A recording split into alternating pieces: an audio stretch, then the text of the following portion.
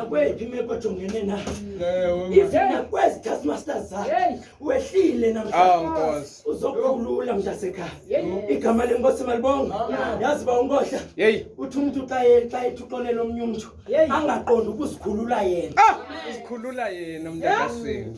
xa ndikuxolela andenzeli wena ndizikhulula mna ngoba inhliziyo yami ibilibanjwa ngenxa yongaxoleli wena andazi noma ndiyavakala